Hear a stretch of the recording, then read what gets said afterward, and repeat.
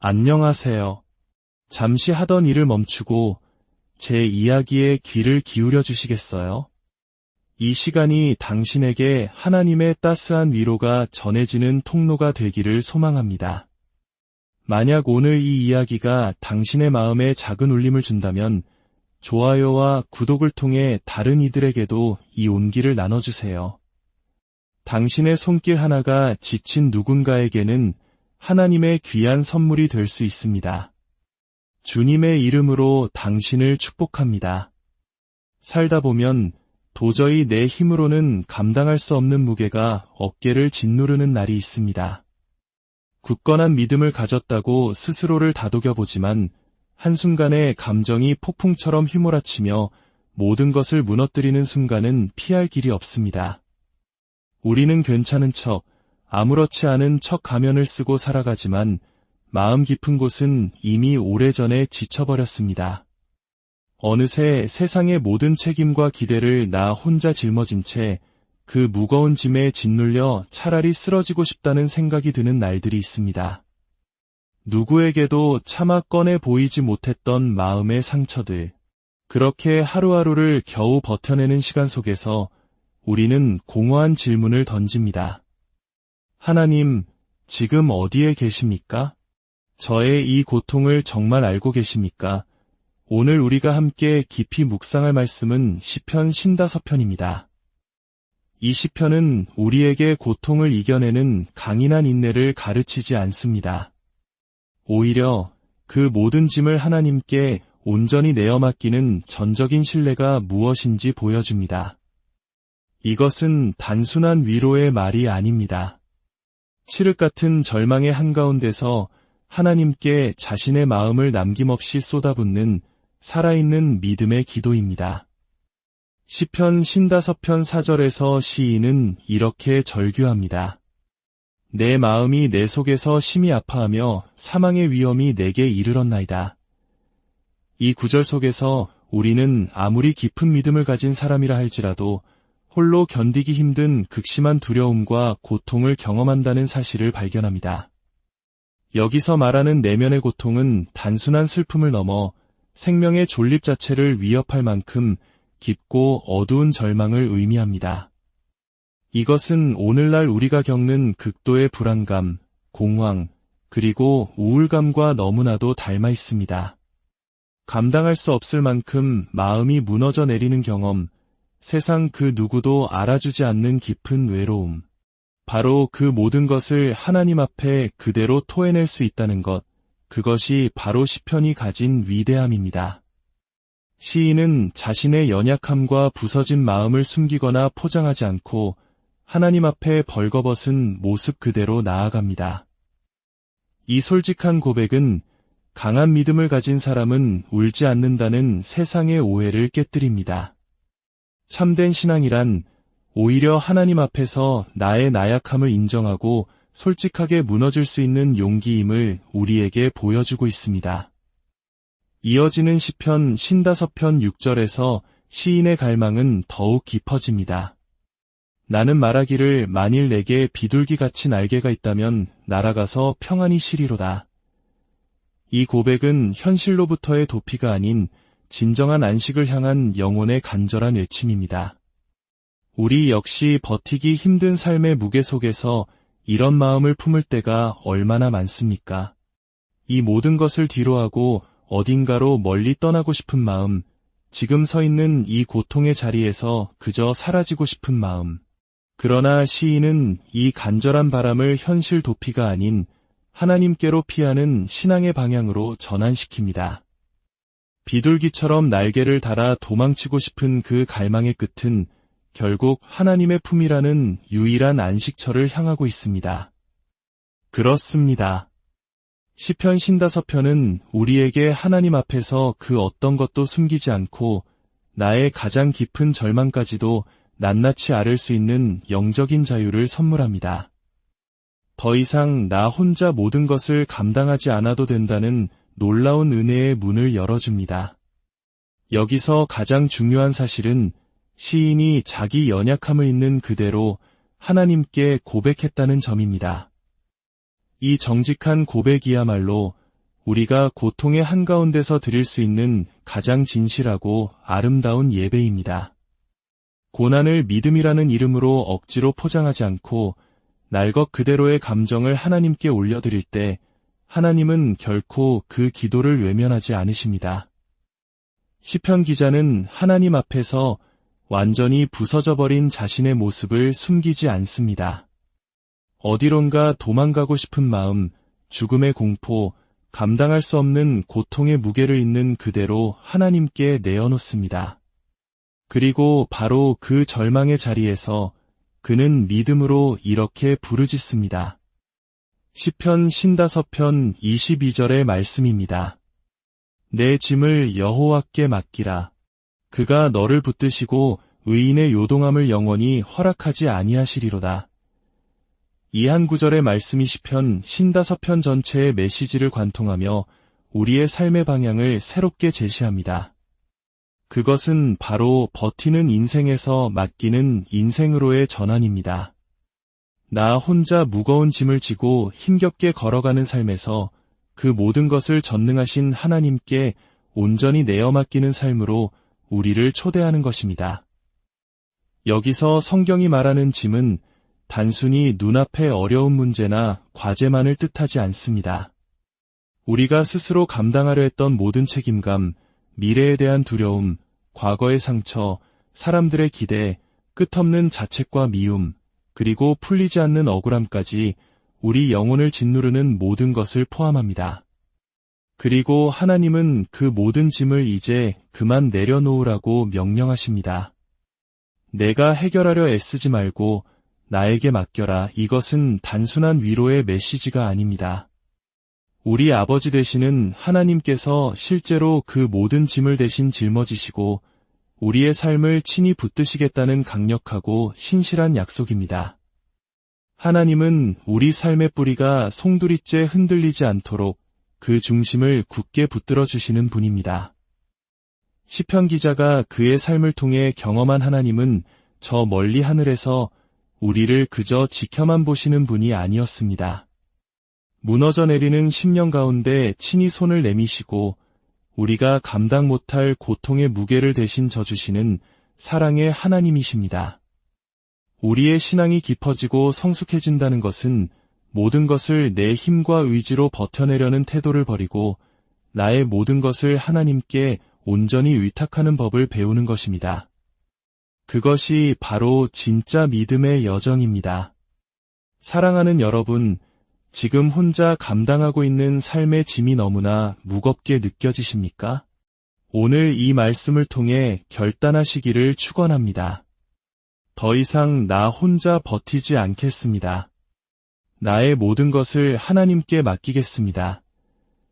눈물을 흘리며 드리는 고백이라도 괜찮습니다. 중요한 것은 버티는 삶을 멈추고 맡기는 삶으로 나아가겠다는 당신의 그 마음의 방향입니다. 우리가 살아가면서 가장 회복하기 힘든 상처는 눈에 보이는 몸의 상처가 아니라 눈에 보이지 않는 마음의 상처입니다. 내면 깊숙이 새겨진 상처는 아주 오래도록 아물지 않고 겉으로는 아무 일 없는 척 살아가지만 그 영혼의 깊은 곳에서는 여전히 피를 흘리고 있습니다. 그리고 그 아물지 않은 상처는 결국 우리를 무너지게 만듭니다. 때로는 무심코 던진 작은 말 한마디에 삶의 기반이 흔들리고 아무도 알아주지 않는 지독한 외로움 속에서 주저앉고 맙니다. 시편 55편은 바로 이 마음의 상처가 얼마나 깊고 실제적인 고통인지를 너무나도 솔직하게 보여줍니다. 감정이 무너지고 마음이 갈기갈기 찢어지는 고통 속에서도 끝까지 하나님을 향해 부르짖는 한 사람의 모습을 통해 하나님께서 상처 입은 우리 영혼을 어떻게 일으켜 세우시는지를 깊이 묵상하게 합니다. 시편 55편 12절에서 시인은 상처의 근원을 이렇게 고백합니다. 나를 책망하는 자는 원수가 아니라 원수였더라면 내가 참았으리라. 이 구절은 우리의 가장 깊은 상처는 멀리 있는 낯선 사람에게서 오는 것이 아님을 보여줍니다. 오히려 가장 가깝고 신뢰했던 사람에게서 당하는 배신이 비교할 수 없이 깊은 상처를 남깁니다. 시인은 차라리 원수의 비난이었다면 견딜 수 있었을 것이라고 말합니다. 그러나 그 상처를 준 사람은 함께 하나님의 집을 거닐며 교제하던 너무나도 가까운 동역자였기에 그 배신은 상상조차 할 수 없는 아픔으로 다가왔던 것입니다. 오늘 우리의 삶도 이와 다르지 않습니다. 상처는 내가 가장 믿었던 사람에게서 가장 깊은 모습으로 찾아옵니다.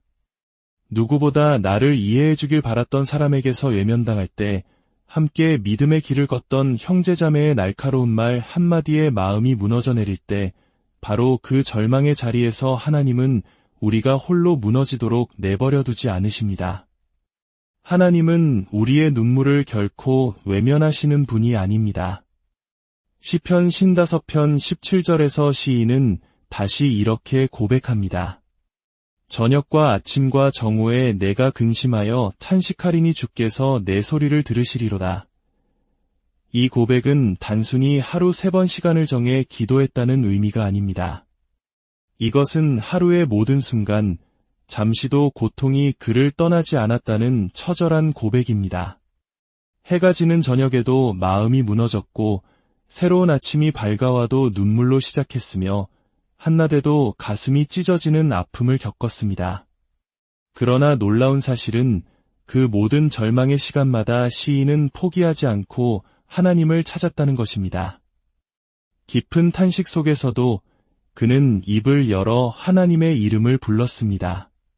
그러자 하나님께서 그의 소리를 들으셨다고 시인은 흔들림 없는 믿음으로 확신하고 있습니다.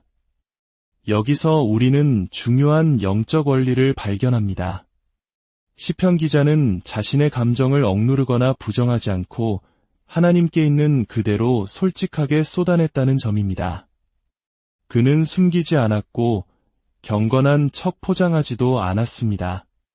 감정을 억지로 참아내며 견디는 것이 아니라 하나님 앞에 어린아이처럼 정직하게 모든 것을 쏟아낸 것입니다.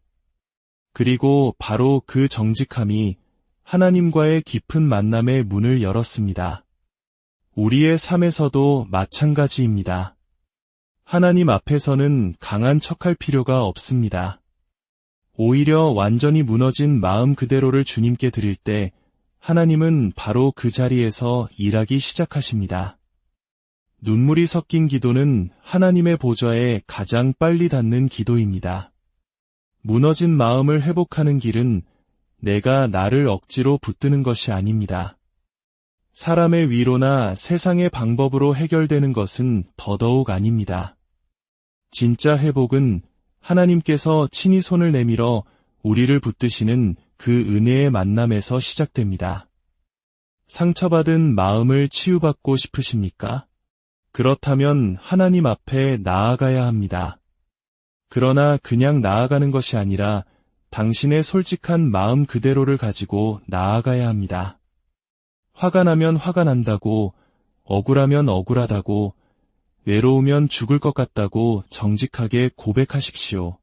그 감정을 가슴속에 누르고 있는 한 진정한 회복은 시작되지 않습니다.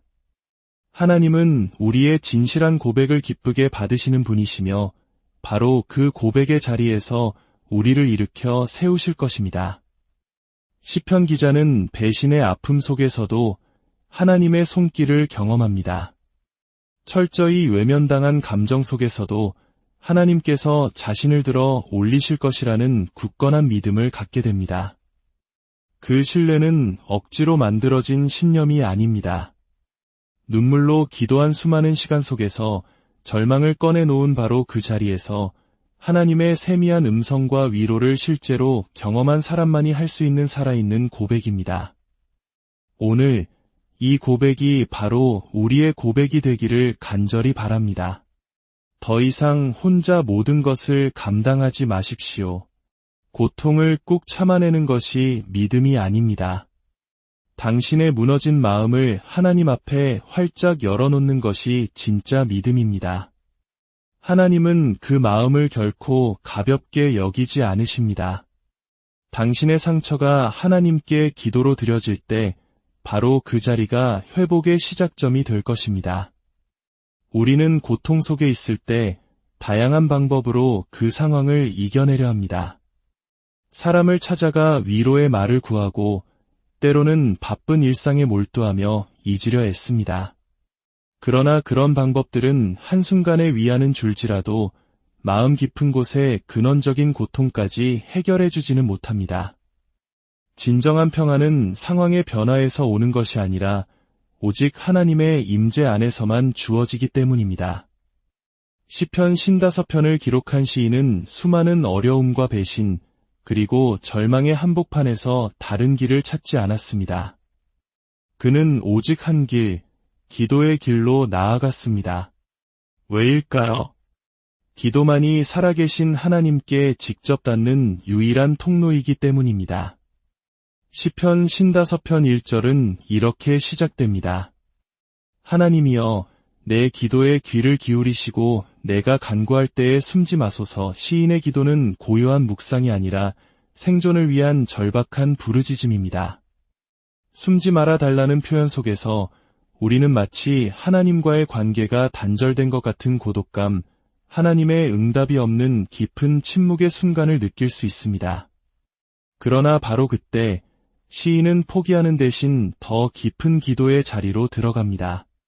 기도는 단순히 나의 필요를 구하는 요청이 아니라 하나님 그 자체를 구하고 하나님의 얼굴을 구하는 거룩한 행위입니다. 주변 상황은 아무것도 변하지 않았을지라도 하나님께서 내 기도에 응답하시는 그 순간 우리의 마음은 변화되기 시작합니다. 그래서 기도는 상황이 아닌 우리의 마음의 중심을 새롭게 세워주는 은혜의 통로가 되는 것입니다. 시편 55편 16절에서 시인은 이렇게 선포합니다. 나는 하나님께 부르짖으리니 여호와께서 나를 구원하시리로다. 이 고백은 막연한 소망이 아니라 기도의 응답을 확신하는 믿음의 선언입니다. 이 믿음은 어디에서 왔을까요? 그것은 오랜 시간 기도를 통해 하나님을 인격적으로 만난 경험에서 비롯된 것입니다. 그는 과거의 수많은 어려움 속에서 하나님께 부르짖었고 그때마다 하나님께서 신실하게 응답하셨던 은혜를 기억하고 있습니다. 그래서 그는 다시 기도합니다.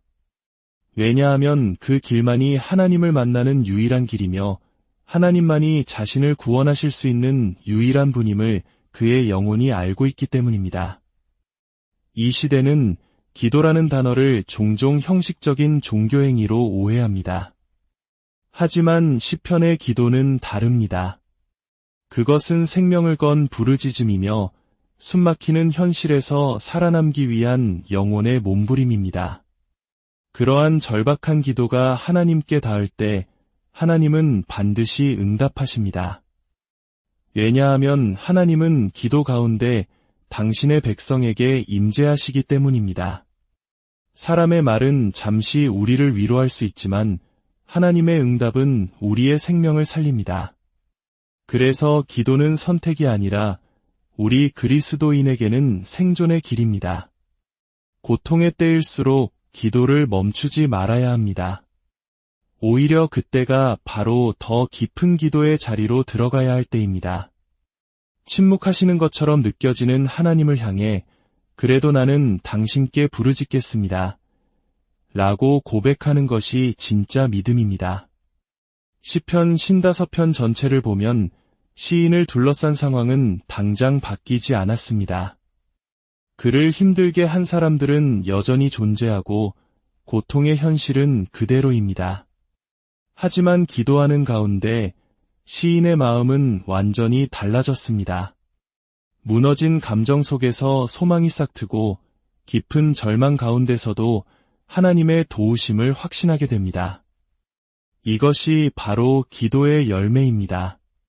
하나님께서 나를 듣고 계시다는 확신, 그분은 나를 절대 혼자 두지 않으신다는 위로, 그 모든 것이 기도 안에서 경험되는 하나님의 은혜입니다. 현실이 너무 무겁고 아무리 애써도 길이 보이지 않는 날, 오직 기도만이 하나님께 직접 닿는 길임을 기억하십시오. 무너진 마음으로라도 그분께 나아가면 하나님은 반드시 응답하시고 우리를 다시 일으켜 세우실 것입니다. 많은 이들이 하나님께 맡깁니다 라고 말하면서도 실제로는 여전히 자신의 생각과 염려의 감옥에 갇혀 살아갑니다. 입술로는 맡긴다고 고백하지만 마음은 여전히 내려놓지 못한 채 혹시 내가 무언가 더 해야 하지 않을까 하는 조바심 속에 살아갑니다. 맡긴다는 말은 쉬워 보이지만 실제로는 하나님을 향한 깊은 신뢰 없이는 결코 가능하지 않은 믿음의 행위입니다. 인간의 본능은 눈앞의 문제를 내 손으로 통제하려 합니다. 내가 상황을 해결할 수 있어야 안심이 되고 내가 계획한 방향대로 일이 진행되어야 마음이 놓입니다. 그러나 하나님을 신뢰하는 믿음은 그와 정반대의 방향을 선택합니다. 나의 통제권을 온전히 내려놓고 내 삶의 주도권을 하나님께 온전히 내어드리는 것입니다. 내 짐을 여호와께 맡기라. 이 말씀은 먼저 우리를 향한 분명한 명령입니다. 내 짐을 스스로 지려고 발버둥치지 말고 여호와께 맡겨라. 이것은 단순히 기도 시간에만 유효한 것이 아니라 실제 우리의 마음과 삶의 주도권을 하나님께 넘기라는 것입니다. 주도권을 내려놓는다는 것은 내 판단과 감정을 하나님의 뜻보다 더 우선하지 않겠다는 신앙의 고백입니다. 내가 간절히 바라는 결과가 있을지라도 그보다 하나님의 계획이 더 완전하고 선하심을 믿기 때문에 그분께 나의 삶 전체를 전적으로 위탁하는 것입니다. 이것이 바로 믿음의 핵심입니다. 시편 기자는 이 결단을 삶의 가장 깊은 고통 속에서 내렸습니다. 그는 배신의 상처와 죽음의 두려움, 지독한 외로움과 절망 속에서 자신의 감정과 상황을 붙잡으려 하지 않고 그 모든 짐을 하나님께 던져드렸습니다. 그리고 믿음으로 선포합니다. 하나님은 그 짐을 받으시고 나를 붙드신다고 말입니다. 여기서 붙드신다는 말은 단순한 보호나 응원이 아니라 삶의 기반이 송두리째 흔들릴 때 그 중심을 하나님의 강한 손으로 꽉 붙잡아 주신다는 의미입니다.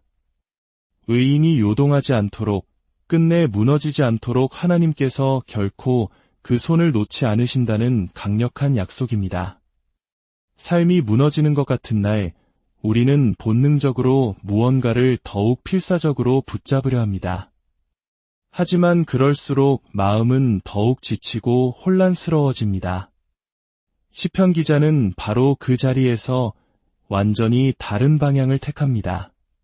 쥐는 것이 아니라 놓는 것, 감당하는 것이 아니라 맡기는 것, 그것이 바로 믿음의 선택임을 그의 삶으로 보여줍니다.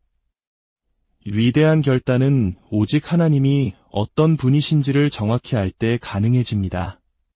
하나님은 우리의 짐을 외면하시는 분이 아니십니다. 그 짐을 가져가셔서 우리보다 더 완전하고 정확하게 감당하시는 전능하신 분이십니다. 그래서 우리는 그분께 맡길 수 있는 것입니다. 맡김의 신앙은 결코 포기의 신앙이 아닙니다. 책임을 회피하는 무기력한 태도도 아닙니다. 도리어 내 인생을 하나님이라는 가장 확실하고 안전한 분께 위탁하는 가장 적극적인 믿음의 행위이며 그분의 뜻이 내 삶에 온전히 이루어지도록 순종하는 삶의 태도입니다. 여기에는 깊은 용기가 필요합니다. 내가 결정할 수 있는 권한을 내려놓고 하나님의 인도하심을 잠잠히 따르는 것이기 때문입니다. 그러나 바로 그 맡김의 결단 위에 하나님은 약속하십니다. 내가 너를 결코 요동하지 않게 하겠다. 무너져 내릴 것 같은 내 삶을 나의 강한 팔로 견고히 붙들겠다. 이것이 바로 하나님을 내 삶의 진짜 주인으로 모시는 자가 누리는 평안입니다. 진정한 맡김은 매일의 순간 속에서 반복되는 결단입니다. 상황이 더 나빠지는 것처럼 보여도 하나님의 응답이 더디게 느껴져도 나는 여전히 하나님을 신뢰하며 내 삶의 주도권을 주님께 맡깁니다. 라는 고백이 우리에게 필요합니다. 그렇게 하루하루를 살아갈 때 하나님은 놀랍게도 우리가 감당할 수 없는 모든 순간마다 손을 내미시고 우리가 감히 예상하지 못했던 방식으로 새로운 길을 열어가실 것입니다. 사랑하는 여러분, 더 이상 인생의 주도권을 당신의 손에 쥐고 힘겨워하지 마십시오. 하나님은 당신의 짐을 대신 지시고 당신의 삶을 결코 흔들리지 않게 하실 수 있는 유일한 분입니다. 오늘 당신의 마음 가장 깊은 곳의 주도권을 그분께 내려놓고 당신의 인생 전부를 하나님께 위탁하는 은혜가 있기를 주님의 이름으로 축복합니다. 사람과의 관계 속에서 겪는 배신과 오해의 아픔은 우리 마음을 깊이 병들게 합니다. 특히 믿었던 사람에게서 받은 상처는 오랜 시간 우리를 괴롭힙니다. 아무리 해명하려 해도 돌아오는 것은 차가운 시선뿐일 때 우리는 깊은 억울함과 무력감에 빠집니다. 그러나 놀랍게도 시편 55편은 이런 상황에서조차 하나님께서 공의롭게 일하신다는 확신을 우리에게 전해줍니다. 인간의 배신과 악행은 분명히 존재하지만 하나님께서는 그 모든 것을 알고 계시며 반드시 당신의 공의로 응답하신다는 진리가 이 시편 전체에 흐르고 있습니다. 시편 55편 20절과 21절은 배신자의 모습을 생생하게 묘사합니다. 그의 입은 우유 기름보다 미끄러우나 그의 마음은 전쟁이요 그의 말은 기름보다 유하나 실상은 뽑힌 칼이로다. 겉으로는 다정하고 친근한 말을 건네지만 속으로는 해를 끼칠 계획을 세우는 자의 이중성과 잔인함이 드러납니다. 우리는 이런 상황에서 어떻게 반응해야 할까요? 더 큰 소리로 나의 억울함을 외치며 싸워야 할까요? 시편 기자는 그 모든 인간적인 유혹 앞에서 전혀 다른 선택을 합니다. 그는 사람과 싸우지 않고 하나님께 모든 것을 아뢰며 부르짖습니다. 사람의 평가와 오해 앞에서 잠잠히 침묵하며 모든 판단과 결과를 하나님의 공의에 맡기는 선택. 이 선택은 참으로 어렵지만 동시에 가장 강하고 성숙한 신앙의 태도입니다. 시편 55편 23절에서 시인은 확신의 참 목소리로 고백합니다. 하나님이여, 주께서 그들로 파멸의 웅덩이에 빠지게 하시리이다. 이것은 분노의 찬 저주가 아닙니다. 오히려 자신이 직접 원수에게 보복하지 않고 하나님의 공의로운 심판에 그 모든 결말을 맡기겠다는 믿음의 선포입니다.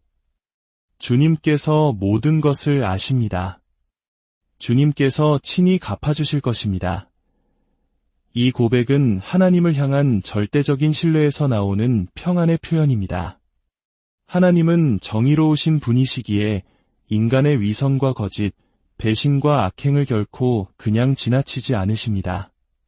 그분은 모든 것을 보고 계시며 당신의 때에 반드시 공의로 심판하시고 응답하십니다. 우리가 억울함 속에서 해야 할 일은 복수심에 불타는 것이 아니라 하나님의 성품을 기억하는 것입니다. 하나님은 진리를 밝히시는 분이시며 은밀한 것을 드러내시는 분이시고 우리의 침묵 속에서도 쉬지 않고 일하시는 분이십니다. 그 신뢰가 있을 때 우리는 억울함을 하나님께 온전히 맡기고 마음의 평안을 지킬 수 있습니다. 하나님의 손길은 상황을 바꾸시기 전에 먼저 우리의 내면을 만지시고 회복시키십니다. 완전한 공의로 일하시는 하나님께 나의 모든 억울함을 기도로 드릴 때 우리는 복수의 길이 아닌 용서와 자유의 길로 나아가게 됩니다. 억울함이라는 감옥에서 벗어나 하나님의 정의 안에서 참된 평안을 누리게 되는 것입니다. 사람과 싸우는 대신 하나님께 맡기는 기도를 선택하십시오.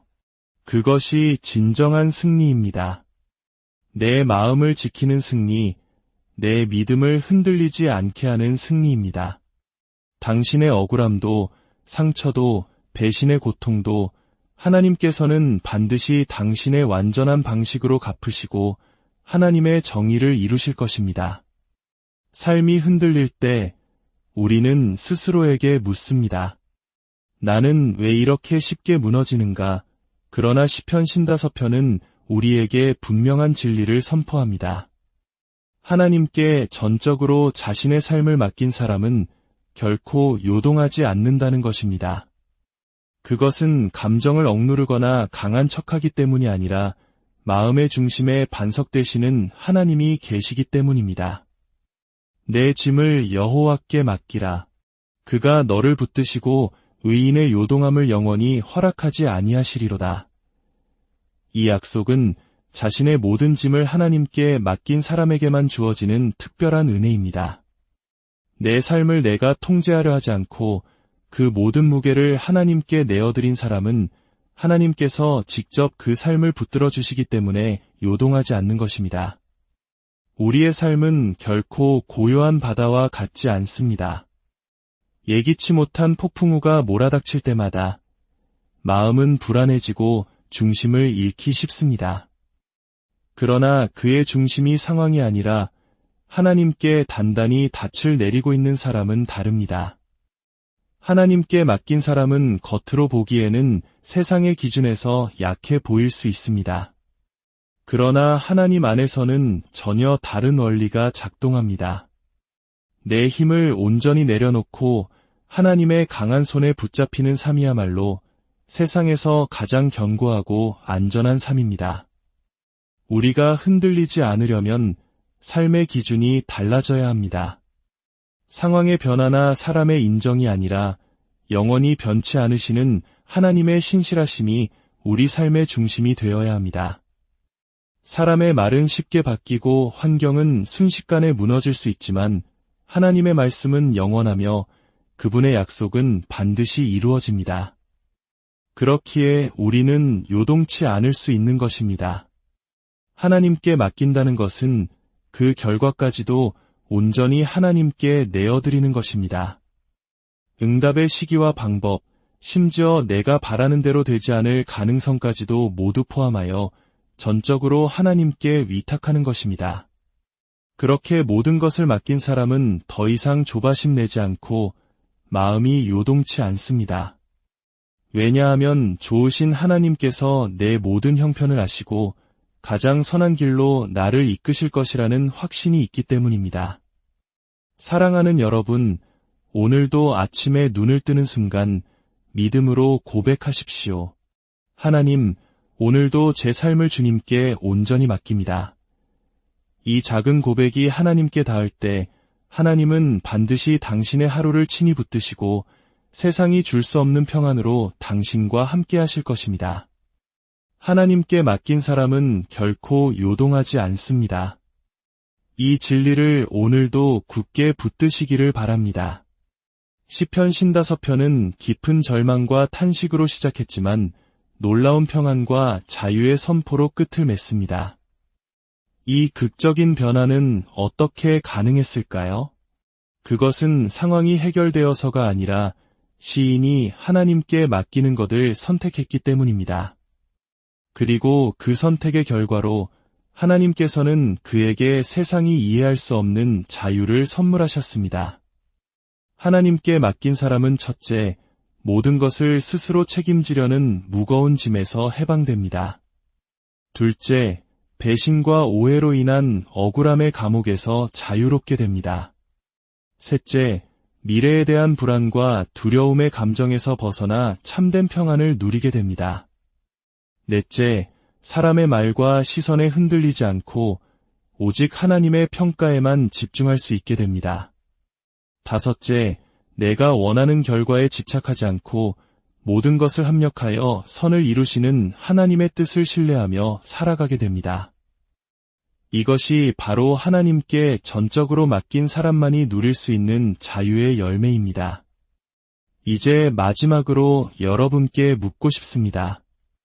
당신은 여전히 혼자 버티며 힘겨운 삶을 견디고 계십니까? 아니면 당신의 모든 것을 하나님께 맡기고 그분이 주시는 참된 자유를 누리고 계십니까? 하나님은 지금 이 순간에도 당신의 무거운 짐을 대신 짊어지기를 간절히 원하고 계십니다. 당신을 억울함과 두려움의 감옥에서 풀어주시고 자유롭게 하기를 원하십니다. 하나님의 놀라운 자유와 평안이 오늘 이 말씀을 듣는 당신의 삶 가운데 날마다 샘솟듯 넘쳐나기를 우리 주 예수 그리스도의 안녕하세요. 잠시 하던 일을 멈추고 제 이야기에 귀를 기울여 주시겠어요? 이 시간이 당신에게 하나님의 따스한 위로가 전해지는 통로가 되기를 소망합니다. 만약 오늘 이 이야기가 당신의 마음에 작은 울림을 준다면 좋아요와 구독을 통해 다른 이들에게도 이 온기를 나눠주세요. 당신의 손길 하나가 지친 누군가에게는 하나님의 귀한 선물이 될 수 있습니다. 주님의 이름으로 당신을 축복합니다. 살다 보면 도저히 내 힘으로는 감당할 수 없는 무게가 어깨를 짓누르는 날이 있습니다. 굳건한 믿음을 가졌다고 스스로를 다독여보지만 한순간에 감정이 폭풍처럼 휘몰아치며 모든 것을 무너뜨리는 순간은 피할 길이 없습니다. 우리는 괜찮은 척, 아무렇지 않은 척 가면을 쓰고 살아가지만 마음 깊은 곳은 이미 오래전에 지쳐버렸습니다. 어느새 세상의 모든 책임과 기대를 나 혼자 짊어진 채 그 무거운 짐에 짓눌려 차라리 쓰러지고 싶다는 생각이 드는 날들이 있습니다. 누구에게도 차마 꺼내 보이지 못했던 마음의 상처들. 그렇게 하루하루를 겨우 버텨내는 시간 속에서 우리는 공허한 질문을 던집니다. 하나님, 지금 어디에 계십니까? 저의 이 고통을 정말 알고 계십니까? 오늘 우리가 함께 깊이 묵상할 말씀은 시편 55편입니다. 이 시편은 우리에게 고통을 이겨내는 강인한 인내를 가르치지 않습니다. 오히려 그 모든 짐을 하나님께 온전히 내어 맡기는 전적인 신뢰가 무엇인지 보여줍니다. 이것은 단순한 위로의 말이 아닙니다. 칠흑 같은 절망의 한가운데서 하나님께 자신의 마음을 남김없이 쏟아붓는 살아있는 믿음의 기도입니다. 시편 55편 4절에서 시인은 이렇게 절규합니다. 내 마음이 내 속에서 심히 아파하며 사망의 위험이 내게 이르렀나이다. 이 구절 속에서 우리는 아무리 깊은 믿음을 가진 사람이라 할지라도 홀로 견디기 힘든 극심한 두려움과 고통을 경험한다는 사실을 발견합니다. 여기서 말하는 내면의 고통은 단순한 슬픔을 넘어 생명의 존립 자체를 위협할 만큼 깊고 어두운 절망을 의미합니다. 이것은 오늘날 우리가 겪는 극도의 불안감, 공황, 그리고 우울감과 너무나도 닮아 있습니다. 감당할 수 없을 만큼 마음이 무너져 내리는 경험, 세상 그 누구도 알아주지 않는 깊은 외로움. 바로 그 모든 것을 하나님 앞에 그대로 토해낼 수 있다는 것, 그것이 바로 시편이 가진 위대함입니다. 시인은 자신의 연약함과 부서진 마음을 숨기거나 포장하지 않고 하나님 앞에 벌거벗은 모습 그대로 나아갑니다. 이 솔직한 고백은 강한 믿음을 가진 사람은 울지 않는다는 세상의 오해를 깨뜨립니다. 참된 신앙이란 오히려 하나님 앞에서 나의 나약함을 인정하고 솔직하게 무너질 수 있는 용기임을 우리에게 보여주고 있습니다. 이어지는 시편 55편 6절에서 시인의 갈망은 더욱 깊어집니다. 나는 말하기를 만일 내게 비둘기같이 날개가 있다면 날아가서 평안히 쉬리로다. 이 고백은 현실로부터의 도피가 아닌 진정한 안식을 향한 영혼의 간절한 외침입니다. 우리 역시 버티기 힘든 삶의 무게 속에서 이런 마음을 품을 때가 얼마나 많습니까? 이 모든 것을 뒤로하고 어딘가로 멀리 떠나고 싶은 마음, 지금 서 있는 이 고통의 자리에서 그저 사라지고 싶은 마음. 그러나 시인은 이 간절한 바람을 현실 도피가 아닌 하나님께로 피하는 신앙의 방향으로 전환시킵니다. 비둘기처럼 날개를 달아 도망치고 싶은 그 갈망의 끝은 결국 하나님의 품이라는 유일한 안식처를 향하고 있습니다. 그렇습니다. 시편 55편은 우리에게 하나님 앞에서 그 어떤 것도 숨기지 않고 나의 가장 깊은 절망까지도 낱낱이 앓을 수 있는 영적인 자유를 선물합니다. 더 이상 나 혼자 모든 것을 감당하지 않아도 된다는 놀라운 은혜의 문을 열어줍니다. 여기서 가장 중요한 사실은 시인이 자기 연약함을 있는 그대로 하나님께 고백했다는 점입니다. 이 정직한 고백이야말로 우리가 고통의 한가운데서 드릴 수 있는 가장 진실하고 아름다운 예배입니다. 고난을 믿음이라는 이름으로 억지로 포장하지 않고 날 것 그대로의 감정을 하나님께 올려드릴 때 하나님은 결코 그 기도를 외면하지 않으십니다. 시편 기자는 하나님 앞에서 완전히 부서져버린 자신의 모습을 숨기지 않습니다. 어디론가 도망가고 싶은 마음, 죽음의 공포, 감당할 수 없는 고통의 무게를 있는 그대로 하나님께 내어놓습니다. 그리고 바로 그 절망의 자리에서 그는 믿음으로 이렇게 부르짖습니다. 시편 55편 22절의 말씀입니다. 내 짐을 여호와께 맡기라. 그가 너를 붙드시고 의인의 요동함을 영원히 허락하지 아니하시리로다. 이 한 구절의 말씀이 시편 55편 전체의 메시지를 관통하며 우리의 삶의 방향을 새롭게 제시합니다. 그것은 바로 버티는 인생에서 맡기는 인생으로의 전환입니다. 나 혼자 무거운 짐을 지고 힘겹게 걸어가는 삶에서 그 모든 것을 전능하신 하나님께 온전히 내어 맡기는 삶으로 우리를 초대하는 것입니다. 여기서 성경이 말하는 짐은 단순히 눈앞의 어려운 문제나 과제만을 뜻하지 않습니다. 우리가 스스로 감당하려 했던 모든 책임감, 미래에 대한 두려움, 과거의 상처, 사람들의 기대, 끝없는 자책과 미움, 그리고 풀리지 않는 억울함까지 우리 영혼을 짓누르는 모든 것을 포함합니다. 그리고 하나님은 그 모든 짐을 이제 그만 내려놓으라고 명령하십니다. 내가 해결하려 애쓰지 말고 나에게 맡겨라. 이것은 단순한 위로의 메시지가 아닙니다. 우리 아버지 되시는 하나님께서 실제로 그 모든 짐을 대신 짊어지시고 우리의 삶을 친히 붙드시겠다는 강력하고 신실한 약속입니다.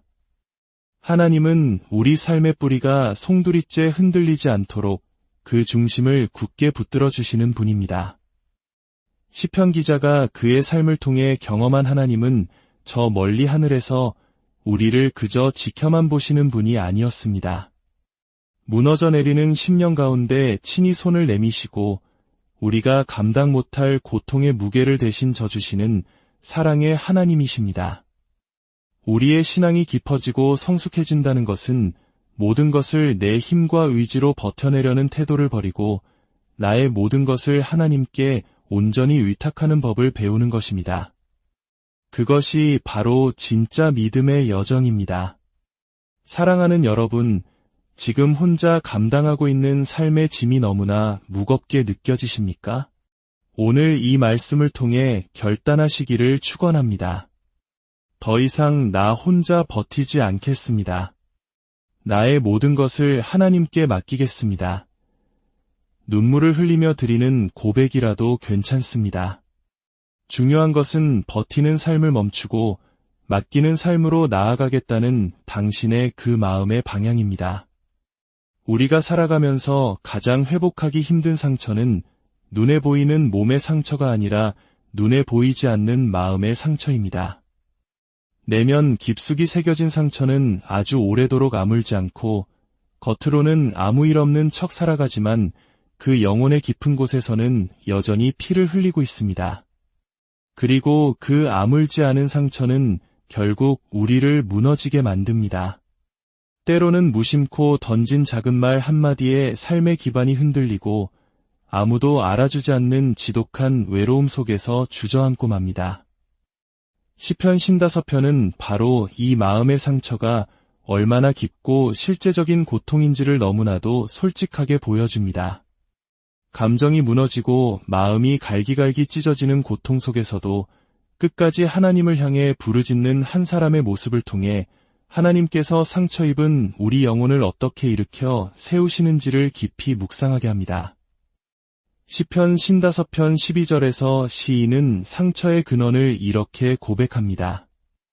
나를 책망하는 자는 원수가 아니라 원수였더라면 내가 참았으리라. 이 구절은 우리의 가장 깊은 상처는 멀리 있는 낯선 사람에게서 오는 것이 아님을 보여줍니다. 오히려 가장 가깝고 신뢰했던 사람에게서 당하는 배신이 비교할 수 없이 깊은 상처를 남깁니다. 시인은 차라리 원수의 비난이었다면 견딜 수 있었을 것이라고 말합니다. 그러나 그 상처를 준 사람은 함께 하나님의 집을 거닐며 교제하던 너무나도 가까운 동역자였기에 그 배신은 상상조차 할 수 없는 아픔으로 다가왔던 것입니다. 오늘 우리의 삶도 이와 다르지 않습니다. 상처는 내가 가장 믿었던 사람에게서 가장 깊은 모습으로 찾아옵니다. 누구보다 나를 이해해 주길 바랐던 사람에게서 외면당할 때 함께 믿음의 길을 걷던 형제자매의 날카로운 말 한마디에 마음이 무너져 내릴 때 바로 그 절망의 자리에서 하나님은 우리가 홀로 무너지도록 내버려 두지 않으십니다. 하나님은 우리의 눈물을 결코 외면하시는 분이 아닙니다. 시편 55편 17절에서 시인은 다시 이렇게 고백합니다. 저녁과 아침과 정오에 내가 근심하여 탄식하리니 주께서 내 소리를 들으시리로다. 이 고백은 단순히 하루 3번 시간을 정해 기도했다는 의미가 아닙니다.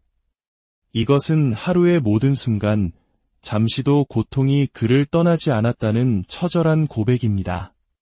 해가 지는 저녁에도 마음이 무너졌고 새로운 아침이 밝아와도 눈물로 시작했으며 한낮에도 가슴이 찢어지는 아픔을 겪었습니다. 그러나 놀라운 사실은 그 모든 절망의 시간마다 시인은 포기하지 않고 하나님을 찾았다는 것입니다. 깊은 탄식 속에서도 그는 입을 열어 하나님의 이름을 불렀습니다. 그러자 하나님께서 그의 소리를 들으셨다고 시인은 흔들림 없는 믿음으로 확신하고 있습니다. 여기서 우리는 중요한 영적 원리를 발견합니다.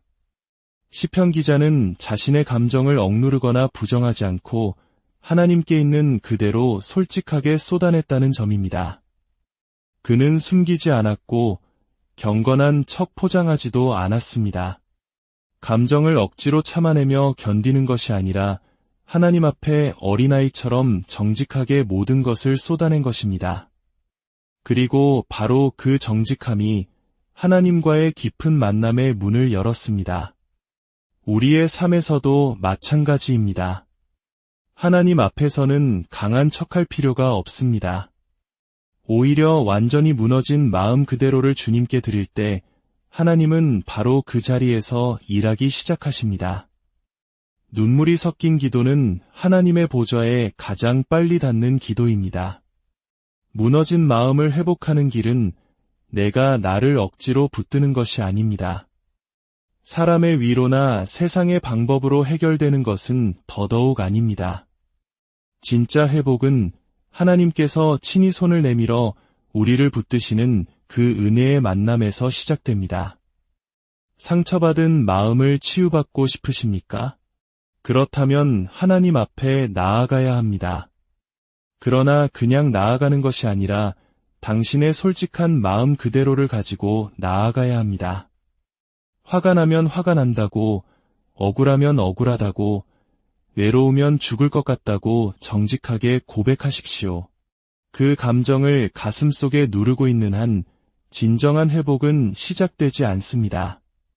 하나님은 우리의 진실한 고백을 기쁘게 받으시는 분이시며 바로 그 고백의 자리에서 우리를 일으켜 세우실 것입니다. 시편 기자는 배신의 아픔 속에서도 하나님의 손길을 경험합니다. 철저히 외면당한 감정 속에서도 하나님께서 자신을 들어 올리실 것이라는 굳건한 믿음을 갖게 됩니다. 그 신뢰는 억지로 만들어진 신념이 아닙니다. 눈물로 기도한 수많은 시간 속에서 절망을 꺼내놓은 바로 그 자리에서 하나님의 세미한 음성과 위로를 실제로 경험한 사람만이 할 수 있는 살아있는 고백입니다. 오늘 이 고백이 바로 우리의 고백이 되기를 간절히 바랍니다. 더 이상 혼자 모든 것을 감당하지 마십시오. 고통을 꾹 참아내는 것이 믿음이 아닙니다. 당신의 무너진 마음을 하나님 앞에 활짝 열어놓는 것이 진짜 믿음입니다. 하나님은 그 마음을 결코 가볍게 여기지 않으십니다.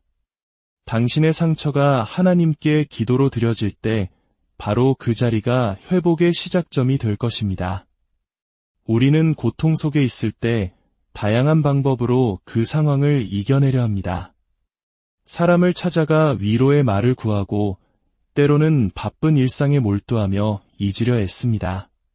그러나 그런 방법들은 한순간의 위안은 줄지라도 마음 깊은 곳의 근원적인 고통까지 해결해주지는 못합니다. 진정한 평안은 상황의 변화에서 오는 것이 아니라 오직 하나님의 임재 안에서만 주어지기 때문입니다. 시편 55편을 기록한 시인은 수많은 어려움과 배신, 그리고 절망의 한복판에서 다른 길을 찾지 않았습니다. 그는 오직 한 길, 기도의 길로 나아갔습니다. 왜일까요? 기도만이 살아계신 하나님께 직접 닿는 유일한 통로이기 때문입니다. 시편 55편 1절은 이렇게 시작됩니다. 하나님이여, 내 기도에 귀를 기울이시고 내가 간구할 때에 숨지 마소서. 시인의 기도는 고요한 묵상이 아니라 생존을 위한 절박한 부르짖음입니다.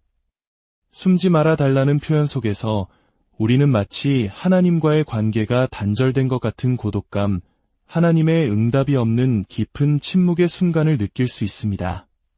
그러나 바로 그때 시인은 포기하는 대신 더 깊은 기도의 자리로 들어갑니다.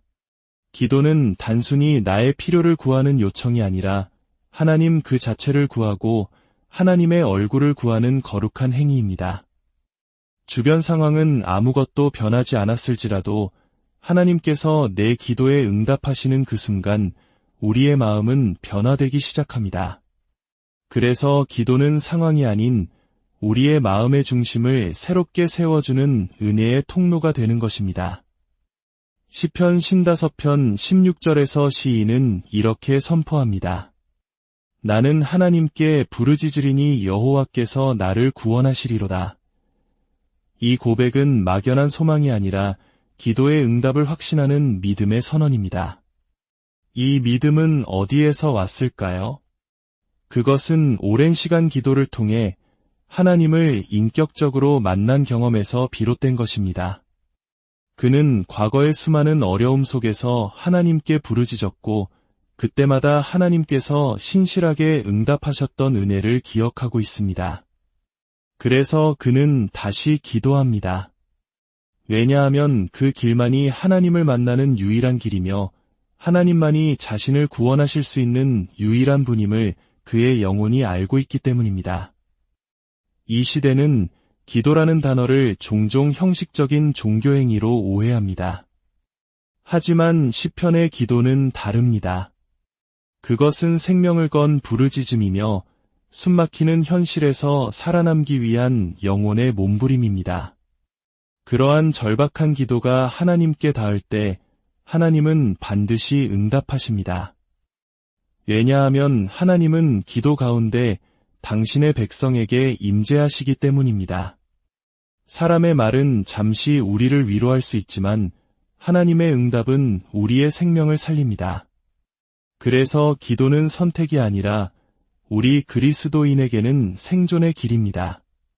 고통의 때일수록 기도를 멈추지 말아야 합니다. 오히려 그때가 바로 더 깊은 기도의 자리로 들어가야 할 때입니다. 침묵하시는 것처럼 느껴지는 하나님을 향해 그래도 나는 당신께 부르짖겠습니다. 라고 고백하는 것이 진짜 믿음입니다. 시편 55편 전체를 보면 시인을 둘러싼 상황은 당장 바뀌지 않았습니다.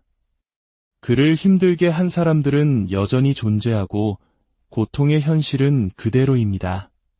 하지만 기도하는 가운데 시인의 마음은 완전히 달라졌습니다. 무너진 감정 속에서 소망이 싹트고 깊은 절망 가운데서도 하나님의 도우심을 확신하게 됩니다. 이것이 바로 기도의 열매입니다. 하나님께서 나를 듣고 계시다는 확신, 그분은 나를 절대 혼자 두지 않으신다는 위로, 그 모든 것이 기도 안에서 경험되는 하나님의 은혜입니다. 현실이 너무 무겁고 아무리 애써도 길이 보이지 않는 날, 오직 기도만이 하나님께 직접 닿는 길임을 기억하십시오. 무너진 마음으로라도 그분께 나아가면 하나님은 반드시 응답하시고 우리를 다시 일으켜 세우실 것입니다. 많은 이들이 하나님께 맡깁니다 라고 말하면서도 실제로는 여전히 자신의 생각과 염려의 감옥에 갇혀 살아갑니다. 입술로는 맡긴다고 고백하지만 마음은 여전히 내려놓지 못한 채 혹시 내가 무언가 더 해야 하지 않을까 하는 조바심 속에 살아갑니다. 맡긴다는 말은 쉬워 보이지만 실제로는 하나님을 향한 깊은 신뢰 없이는 결코 가능하지 않은 믿음의 행위입니다. 인간의 본능은 눈앞의 문제를 내 손으로 통제하려 합니다. 내가 상황을 해결할 수 있어야 안심이 되고 내가 계획한 방향대로 일이 진행되어야 마음이 놓입니다. 그러나 하나님을 신뢰하는 믿음은 그와 정반대의 방향을 선택합니다. 나의 통제권을 온전히 내려놓고 내 삶의 주도권을 하나님께 온전히 내어드리는 것입니다. 내 짐을 여호와께 맡기라. 이 말씀은 먼저 우리를 향한 분명한 명령입니다. 내 짐을 스스로 지려고 발버둥치지 말고 여호와께 맡겨라. 이것은 단순히 기도 시간에만 유효한 것이 아니라 실제 우리의 마음과 삶의 주도권을 하나님께 넘기라는 것입니다. 주도권을 내려놓는다는 것은 내 판단과 감정을 하나님의 뜻보다 더 우선하지 않겠다는 신앙의 고백입니다. 내가 간절히 바라는 결과가 있을지라도 그보다 하나님의 계획이 더 완전하고 선하심을 믿기 때문에 그분께 나의 삶 전체를 전적으로 위탁하는 것입니다. 이것이 바로 믿음의 핵심입니다. 시편 기자는 이 결단을 삶의 가장 깊은 고통 속에서 내렸습니다. 그는 배신의 상처와 죽음의 두려움, 지독한 외로움과 절망 속에서 자신의 감정과 상황을 붙잡으려 하지 않고 그 모든 짐을 하나님께 던져드렸습니다. 그리고 믿음으로 선포합니다. 하나님은 그 짐을 받으시고 나를 붙드신다고 말입니다. 여기서 붙드신다는 말은 단순한 보호나 응원이 아니라 삶의 기반이 송두리째 흔들릴 때 그 중심을 하나님의 강한 손으로 꽉 붙잡아 주신다는 의미입니다. 의인이 요동하지 않도록, 끝내 무너지지 않도록 하나님께서 결코 그 손을 놓지 않으신다는 강력한 약속입니다. 삶이 무너지는 것 같은 날, 우리는 본능적으로 무언가를 더욱 필사적으로 붙잡으려 합니다. 하지만 그럴수록 마음은 더욱 지치고 혼란스러워집니다. 시편 기자는 바로 그 자리에서 완전히 다른 방향을 택합니다. 쥐는 것이 아니라 놓는 것, 감당하는 것이 아니라 맡기는 것, 그것이 바로 믿음의 선택임을 그의 삶으로 보여줍니다. 위대한 결단은 오직 하나님이 어떤 분이신지를 정확히 알 때 가능해집니다. 하나님은 우리의 짐을 외면하시는 분이 아니십니다. 그 짐을 가져가셔서 우리보다 더 완전하고 정확하게 감당하시는 전능하신 분이십니다. 그래서 우리는 그분께 맡길 수 있는 것입니다. 맡김의 신앙은 결코 포기의 신앙이 아닙니다. 책임을 회피하는 무기력한 태도도 아닙니다. 도리어 내 인생을 하나님이라는 가장 확실하고 안전한 분께 위탁하는 가장 적극적인 믿음의 행위이며 그분의 뜻이 내 삶에 온전히 이루어지도록 순종하는 삶의 태도입니다. 여기에는 깊은 용기가 필요합니다. 내가 결정할 수 있는 권한을 내려놓고 하나님의 인도하심을 잠잠히 따르는 것이기 때문입니다. 그러나 바로 그 맡김의 결단 위에 하나님은 약속하십니다. 내가 너를 결코 요동하지 않게 하겠다. 무너져 내릴 것 같은 내 삶을 나의 강한 팔로 견고히 붙들겠다. 이것이 바로 하나님을 내 삶의 진짜 주인으로 모시는 자가 누리는 평안입니다. 진정한 맡김은 매일의 순간 속에서 반복되는 결단입니다. 상황이 더 나빠지는 것처럼 보여도 하나님의 응답이 더디게 느껴져도 나는 여전히 하나님을 신뢰하며 내 삶의 주도권을 주님께 맡깁니다. 라는 고백이 우리에게 필요합니다. 그렇게 하루하루를 살아갈 때 하나님은 놀랍게도 우리가 감당할 수 없는 모든 순간마다 손을 내미시고 우리가 감히 예상하지 못했던 방식으로 새로운 길을 열어가실 것입니다.